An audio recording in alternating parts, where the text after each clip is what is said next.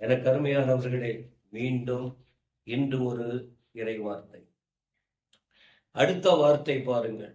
அப்பொழுது அவருடைய சீஷர்கள் வந்து அவரை எழுப்பி, ஆண்டவரே எங்களை ரட்சியும், மடிந்து போகிறோம் என்றார்கள்.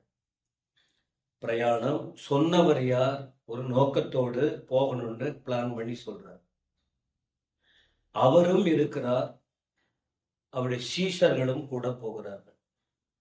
ஆனா அவர் ஒரு வார்த்தை சொன்னார் பாருங்க, நரிகளுக்கு குழிகள் இருக்கு, ஆகாயத்து பறவைகளுக்கு கூடுகள் இருக்கு, மனுஷ குமாரனுக்கோ தலை சாய்க்க இடமில்லைன்னு சொன்னாரே.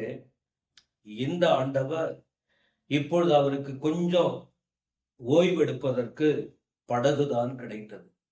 ஆனா ஒரு பக்கம் பயங்கர சத்தம் வந்துகிட்டு இருக்கு.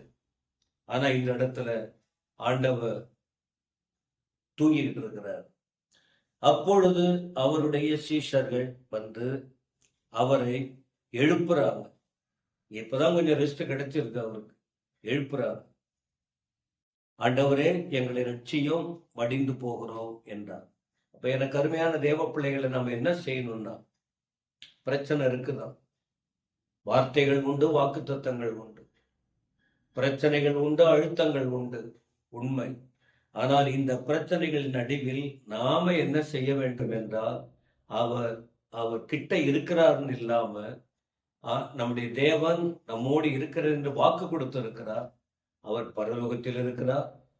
2-3 பேர் கூடியிருக்கும் போது அவர்கள் நடுவில் இருக்கிறார். அவர் நம்மோடு கூட உலகத்தின் முடிவு பரியந்தம் சகல நாட்களிலும் உங்களோடு கூட இருக்கிறேன் என்று சொன்ன ஆண்டவர் நம்மோடு இருக்கிறார். ஆனால் நாம் என்ன செய்யணும்? அவர்கிட்ட போயிட்டு கேட்கணும். பிரச்சனை வந்துச்சு, நம்ம என்ன பண்ண போறோம்னு பயப்படாம அவரை போய் தட்டி எழுப்புனாங்க பாருங்க. அப்ப ஆண்டவரை வந்து அவர் கஷ்டம் இருக்கு, அவர் தேவன், நமக்காக தான் இருக்கிறார், நமக்காகவே அவர் இருக்கிறார்.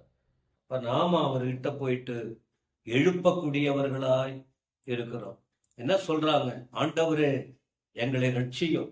ஏன்னா நாங்கள் ஒரு பிரச்சனையில இருக்கிறோம். அவருக்கும் அதே பிரச்சனை தான், அவர்களுக்கும் ஆண்டவருக்கும் அதே கஷ்டம்தான், ஆண்டவருக்கும் அந்த ஆபத்து தான் இருக்கு. ஆனா அவர் அதை பத்தி கவலைப்படல. கூட இருந்தவர்களுக்கு கஷ்டமா இருக்கு. ஆனா அவங்க கேட்கிறாங்க, தேவன் அவங்களை விடலையே, என்ன செய்தார்? அவர்களை பார்த்து என்ன சொன்னார்? அடுத்து என்ன நடந்தது? அப்படி விட்டுட்டாரா?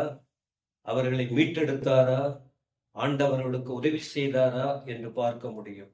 இன்றைக்கும் உங்கள் நிலை எதுவாய் இருந்தாலும் அவர்கிட்ட போய் கேளுங்க. அவர் உங்களை விடுவிப்பார், ஆசீர்வதிப்பார்.